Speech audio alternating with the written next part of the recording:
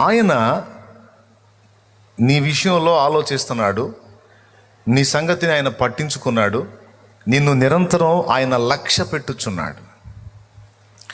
ఎప్పుడో ఒకసారి కాదు, సంవత్సరానికో 6 నెలలకో 3 నెలలకో నెలకో వారానికో 10 రోజులకో రోజు మార్చి రోజో కాదు, నిరంతరం దేవుడు నిన్ను కనిపెడుతున్నాడు.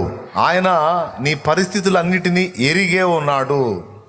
నీ విషయంలో ఆయన సీరియస్గానే ఉన్నాడు, పట్టింపు లేకుండా లేడు. కానీ మనకున్న పరిస్థితులను బట్టి మనకు అలా అనిపిస్తుంది. అసలు దేవుడు నా గురించి పట్టించుకుంటున్నాడో లేదో, మనుషులు వదిలేసినట్టు దేవుడు కూడా నన్ను వదిలేశాడా, లేకపోతే దేవుడికి కూడా నా మీద చిరాకు పుట్టిందా, చెదరేసిందా, దేవుడు కూడా నా మీద విరక్తి చెందాడా, ఏమో దేవుడు కూడా వదిలేసినట్టు ఉన్నాడు నన్ను. కొంతమంది అంటారు దేవుడు కూడా నా మీద జాలి పడట్లేదు అన్నయ్య అని. అసలు ఆ మాట క్రీస్తు యేసునందున్న ఒక విశ్వాసి అనడానికి వీల్లేదు. యేసు ప్రభువుని ఎరగని ఒక అన్యజనుడు అన్యజనురాలు ఆ మాట అంటే అందులో అర్థం ఉంది. ఎందుకంటే సత్యం వారికి తెలియదు గనక, వారు అజ్ఞాన దశలో ఉన్నారు గనక ఏది పడితే అది మాట్లాడతారు. క్రీస్తు యేసునందున్న మనం అలా మాట్లాడడానికి వీల్లేదు అంటుంది వాక్యం. ఎందుకంటే ఎప్పుడైతే నీవు సత్యవంతుని తెలుసుకున్నావో, ఆయన రెక్కల నీడకు వచ్చేసావో, ఇప్పుడు దేవుని నువ్వు ఎరుగుట ద్వారా ఆయన చేత ప్రత్యేకంగా నీవు ఎరుగబడినావు. ఇప్పుడు దేవుడు నీకు తెలుసు, ఇది ఎంత నిజమో దేవునికి నువ్వు ఇంకా బాగా తెలుసు. దేవుని విషయంలో నీకెంత సీరియస్నెస్ ఉందో, నీ విషయంలో దానికి ఇంకా 1000 రెట్లు ఎక్కువ దేవునికి చాలా సీరియస్నెస్ ఉంది. దేవుడు నిన్ను లక్ష్యము చేయుచున్నాడు అని స్పష్టంగా పరిశుద్ధాత్ముడు రాయించాడు. ఈ మాట ఎంతమంది నమ్ముతున్నారు? చేతులు ఎత్తండి. నేను నమ్ముతున్నాను అన్నయ్య అన్నోళ్ళు చేతులు ఎత్తాలి. ఎప్పటికీ రానీయకండి, ఎందుకంటే అది నిజం, అక్షర సత్యం. నువ్వు ఎంత ఇబ్బందులో ఉన్నావో తెలుసు, ఎంత ఆనందంలో ఉన్నావో తెలుసు, ఎంత విమర్శలో ఉన్నావో తెలుసు, ఎంత శోధింపబడుతున్నావో తెలుసు, ఎంత దుఃఖ సహితంగా ఉన్నావో తెలుసు, ఎంత ఆనందంగా ఉన్నావో తెలుసు, ఎంత తృణీకరింపబడ్డావో తెలుసు, ఎంత ఘనత పొందుతున్నావో తెలుసు, మొత్తం తెలుసు. నీ ఆకలి తెలుసు, ఆవేదన తెలుసు, వస్త్రహీనత తెలుసు, బలహీనత తెలుసు, నువ్వు మంచంలో ఉన్న సంగతి తెలుసు, లేదా నువ్వు ఆరోగ్యంగా తిరుగుతున్న సంగతి తెలుసు, నీ పిల్లలు ఏ స్థితిలో ఉన్నారో తెలుసు. మొత్తం నిన్ను గూర్చిన సంగతులన్నిటినీ ఆయన ఎరిగి ఉన్నాడు. అంతేకాకుండా నీ విషయంలో ఆయన చింత కలిగి ఉన్నాడు.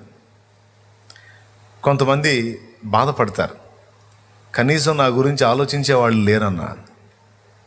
ఇతరుల సమస్యల గురించి నేను ఆలోచిస్తాను, కానీ అందరూ నన్ను వాడుకుంటారు, కానీ నన్ను ఒక మనిషిగా గుర్తించి నా గురించి ఆలోచించే వాళ్ళు కానీ, నా గురించి చింతపడేవాళ్ళు కానీ ఒకళ్ళు కూడా లేరన్నా అని కొంతమంది ఆవేదన పడుతూ ఉంటారు. కొంతమంది భార్యలు భర్తల మీద చెబుతుంటారు, ఆయన కోసం అన్ని తిప్పలబడి చేస్తానన్నా అసలు నా గురించి అసలు ఆలోచించడన్నా, అస్సలు పట్టించుకోడన్నా, నేను ఒకదాన్ని ఉన్నానన్న సంగతే పట్టించుకోడన్నా, నాకు ఒక మనసు ఉంది, నాకు ఒక ఆలోచన ఉంది, నాకు ఒక కోరిక ఉంది అన్నది ఏం పట్టించుకోడన్నా, నన్ను ఒక యంత్రంలాగా చూస్తాడన్నా, చాలాసార్లు నాకు జీవితం మీద విరక్తి పడుతుందన్న ఆయన దెబ్బకి అన్న తల్లులు ఉన్నారు. అలాగే పురుషుల్లో కూడా కొంతమంది ఏం బెదరు అసలు పట్టించుకోదా, కష్టపడి వెట్టి చాకిరి తీసుకొచ్చి డబ్బులు ఇస్తానా, ఆ డబ్బులు తీసుకోవటం ఏందో, ఆ డబ్బులు లెక్కేసుకోవటం ఏందో, అవి ఇవి అని వాటి కట్టేయటం ఏందో. అరే నేను ఒకడిని మనిషిని ఉన్నాను, నాకంటూ కొన్ని ఆలోచనలు, ఏం పట్టించుకోదా. సరే ఆమె సంగతి తీసే, ఇక మిగిలిన వాళ్ళల్లో పట్టించుకుంటా ఎవరు లేరు. అసలు ఎందుకు బతుకుతుందని అర్థం కావట్లేదు బెదరు అనే బెదర్లు ఉన్నారు. ఎవరున్నారు? బెదర్లు ఉన్నారు. సిట్టర్లు కూడా ఉన్నారు, అట్నే అనే సిట్టర్లు. ఏం చేద్దాం, ఇప్పుడు అందరు ఏడుపు అదే, పెద్దోళ్ళు పట్టించుకోవట్లేదని పిల్లలు ఏడుపు. అసలు మా మమ్మీ డాడీ అసలు పట్టించుకోవట్లేదు అంకుల్. ఏం అంకులు అసలు పట్టించుకోవట్లేదు అంకుల్, అసలు పెద్దోళ్ళేమో అసలు పట్టించుకుంటున్నారా మమ్మల్ని, కన్నాం పెంచాం పెద్ద చేసాం, అసలు ఆలోచిస్తున్నారా? తల్లి ఒకటి ఉందని తండ్రి ఒకడు ఉన్నాడు, ఎవరినన్నా గదిలిచ్చు. ఏదో ఒక కోణంలో ఎవరో ఒకళ్ళ మీద ఏడవకుండా ఉన్నామా? జీవితంలో కనీసం ఒక్కసారన్నా ఇలా ఫీల్ అవ్వలేదా? అందరికీ అలాంటి ఆలోచన ఉంటుంది. మనిషి సంఘజీవి అండి. తను ప్రేమ పొందుకునే వాళ్ళు కొంతమంది ఉండాలని కోరుకుంటాడు, తనను ప్రేమించే వాళ్ళు కూడా కొంతమంది ఉండాలని ఆశిస్తాడు. అది న్యాయం, మానవ నైజం. దేవుడు కూడా ఉంది తత్వం. ఆ తత్వం ఉంది కాబట్టి నిన్ను నన్ను సృష్టించుకున్నాడు. ఆయన ప్రేమ పొందటానికి మనం కావాలి, అంతేకాదు ఆయనను ప్రేమించడానికి కూడా మనం కావాలి. పొద్దంతా ఆ జాబ్ చేసో, ఆ వ్యాపారం చేసో, ఆ పని చేసో ఇంటికి వచ్చేటప్పుడు సంచి నిండా ఆ కాయలు అవి ఇవి స్వీట్లు అవి ఇవి తీసుకొస్తాడా నాన్న? పాపం తను తినడు. అన్నీ తీసుకొని ఈ స్వీట్ మా వాడు చూస్తే ఇలా ఫీల్ అవుతాడు, మా అమ్మ ఈ తిండి చూస్తే ఇలా ఎగిరి గంతేస్తుందని అన్నీ ఆ పిల్లల రుచులన్నీ గుర్తించి అడిగడిగి అన్నీ కట్టించుకొని తీసుకొస్తాడు. తీసుకొచ్చి రేయ్ దాదా ఇదిగో చిట్టి తల్లి ఇదా తల్లి ఇదిగోమ్మా అని పిలుస్తాడు. వాళ్ళు పరిగెత్తుకుంటూ వస్తారే నానొచ్చాడు. కొంతమంది డాడీ వచ్చాడు. కొంతమంది పప్పా వచ్చాడు, పప్పి వచ్చాడు అనుకుంటా పరిగెత్తుతారు. పప్పా అని సరిగ్గా పలికితే ఏం లేదు, లేకపోతే పప్పి అంటే కుక్క పిల్ల అయిపోతుంది మళ్ళీ. సో పరిగెత్తుకుంటూ వస్తారు. వచ్చిన వాళ్ళు కొంతమంది పిల్లలు, తెలివైన పిల్లలు ఏం చేస్తారు తెలుసా? మాకు ఈ స్వీట్లు ఈ తిప్పలు ఇవన్నీ పడింది మా నాన్న, ఆయన తినకుండా తెచ్చాడు పాపం మా నాన్న అని తండ్రిని బట్టి సంతోషపడి వాళ్ళు ఆయన ఇచ్చిన స్వీట్స్ తీసుకొని అలా చేయబట్టుకొని లాగి ఓ ముద్దు పెడతారు. అబ్బో ఇక ఈయనకు సుక్కలు కనపడతాయి. దేవునికి స్తోత్రం కలుగును గాక. అమ్మకు కూడా అంతే. అమ్మ తెచ్చావా? నువ్వు తెస్తావు, నాకు తెస్తావుగా నువ్వు అని ఒక్కొక్కళ్ళు అట్లా మాట్లాడతారు. అది ఆనందమే. కొంతమంది చురుకైన పిల్లలు ముద్దాడతారు. ఒకడు ఉంటాడు దుండగుడు, ఆ సంచిలో ఆక్కుంటాడు, వస్తాడు, అది తెచ్చావా ఏందో ఆయన ఈయనకు బాగా ఉన్నట్టు. అది రాలేదా అది అంట. ఒరేయ్ అది గుర్తు రాలేదురా, సరే లేదు ఒకట్లే అని పోతాడు. ఏదో డాడీ తెచ్చాడు అని సంతోషపడడు. కానీ తండ్రి తపనేంటి, తల్లి తపనేంటి? తను ప్రేమను పంచుతుంది, ఆ వైపు నుంచి కూడా అదే ప్రేమను ఆశిస్తుంది. దినమంతా చాకరీ చేసి వచ్చిన సంపాదనతో తీసుకొచ్చి బిడ్డకి పెడతారు. ఆ బిడ్డ నుంచి ఒక చిన్ని మాట, మా అమ్మ మంచిది, మా డాడీ మంచోడు, మా మమ్మీ మంచిది అని ఓ మాటో ఒక ముద్దో ప్రేమ. అలా ఎవ్వరూ లేరనుకో తన ప్రేమను పంచుకోవడానికి, అసలు బ్రతికే వేస్ట్ అనిపించింది. నన్ను గుర్తించేవాళ్ళు, నన్ను ప్రేమించేవాళ్ళు, నా గురించి ఆలోచించేవాళ్ళు, నన్ను పట్టించుకునేవాళ్ళు ఒక్కళ్ళు కూడా లేనప్పుడు నా జీవితం ఎందుకు? ఒకడు ఇంకొకడితో అన్నాడంట, 7 అంతస్తుల బిల్డింగ్ ఇస్తాను, 70 ఎకరాల పొలం ఇస్తాను, అందులో తోట ఇస్తాను, నీకు కావాల్సినవి అన్నీ ఇస్తాను, అందులో ఏది కావాలంటే అది నీకు ఏర్పాటు చేసి పెడతాను, అయితే ఒక్క షరతు, నువ్వు ఒక్కడివే అందులో ఉండాలి అన్నాడట. అప్పుడు ఇతను అన్నాడట, ఒక్క మనిషిని నాకు తోడివ్వు, అలానే ఉంటాను అన్నాడట. ఒక్కరు కూడా తోడు ఇవ్వబడరు, నువ్వే ఉండాలంటే అందులో నేను ఉన్నా ఒకటే సచ్చినా ఒకటి నేను ఉండను అన్నాడట. అంతే కదా? అసలు మన బ్రతుకు అర్థమైంది ఏమన్నా ఉందా? ఎవ్వరు లేరు, మనమే ఉన్నాం, అష్టైశ్వర్యాలు ఉన్నాయి. ఏం చేసుకున్నా ఇప్పుడు ఈ ప్రకారం ఆలోచించండి. అసలు మనిషి నైజం ఏంటో.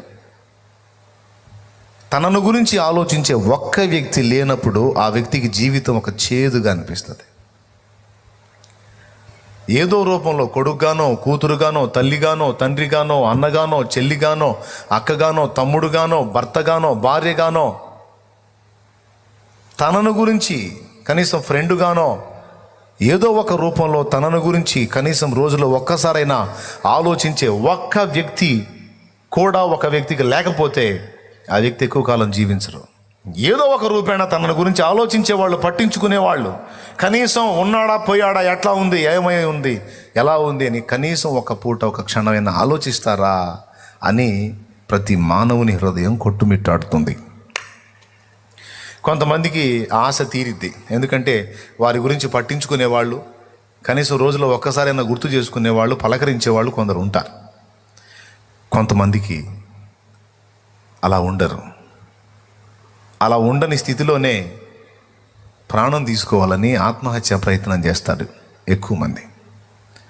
ఎందుకు చావాలనుకుంటున్నావు అని అడిగితే, తెలుసా, నా గురించి ఆలోచించేవాళ్ళు ఎవరు లేరు, పట్టించుకునేవాళ్ళు ఎవరు, నన్ను ప్రేమించేవాళ్ళు ఎవ్వరూ లేరు,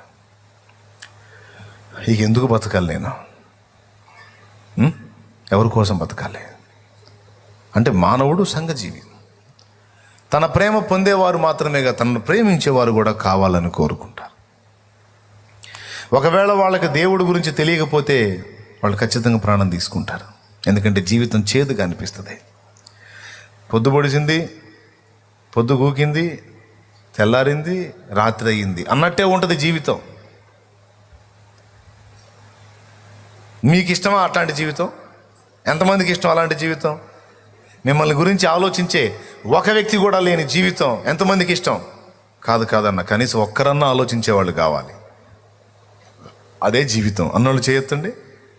సో ఏ రూపాయినైనా మన గురించి ఆలోచించే ఒక వ్యక్తి కావాలి. మరి ఏం చేద్దాం?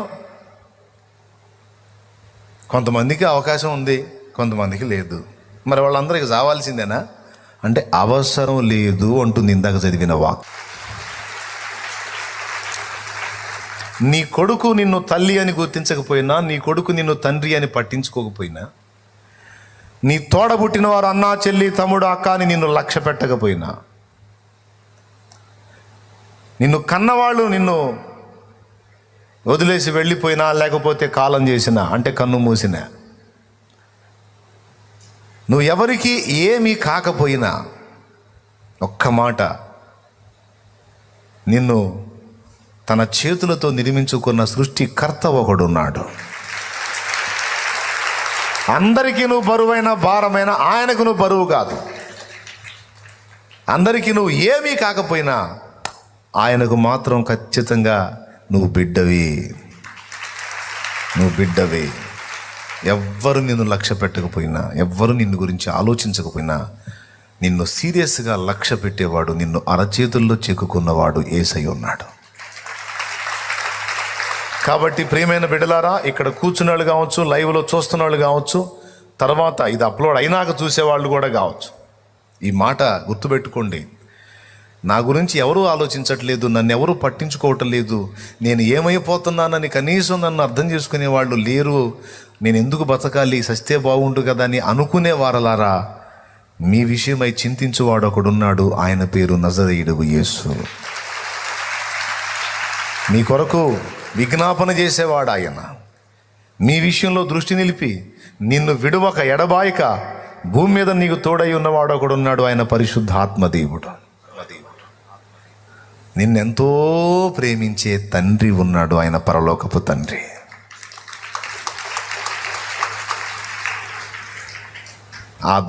ఆ త్రిత్వం, త్రియేకుడు నీ కోసం ఉన్నాడు. ఆయన నీకు భరోసా ఇస్తాడు. ఏమన్నా తెలుసా? ఏ వెర్రి ముఖమా నువ్వు, ఒట్ట పిచ్చి ముఖంలాగా ఉన్నావు నువ్వు, మధ్యలో ఏర్పడిన బంధాలు మధ్యలో తెగిపోతాయి, ఎప్పటికీ తెగిపోని బంధం మనదమ్మా అంటాడు ఆయన.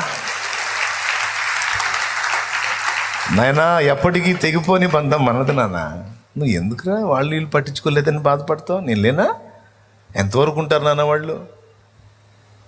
నీ ఉనికికి కారణం నేను, నీ గమనానికి కారణం నేను, నీ ముగింపుకు కర్తను నేను. నీ ఆరంభం నాతోనే, నీ గమనం నాతోనే, నీ ముగింపు తర్వాత కూడా నాతోనే. కాబట్టి తాత్కాలికమైన వాటి కోసం ఎందుకు నన్ను అంత వేదన పడతావు అంటాడు. నాకు తెలియదు మరి ఎవరున్నారో ఇక్కడ ఆ పరిస్థితుల్లో. ఈ కూర్చున్న వాళ్ళలో ఉన్నారో, ఆ చూసే వాళ్ళలో ఉన్నారో, ఎవరున్నారో నాకైతే తెలియదు. కానీ దేవుడు స్పష్టంగా ఈ మాట పలికిస్తున్నాడు. అది వాళ్ళకి చేరిద్దని నా నమ్మకం. నిన్ను లక్ష్య పెట్టేవాడు ఒకడున్నాడు. ఎవ్వరు ఆలోచించకపోయినా నీ గురించి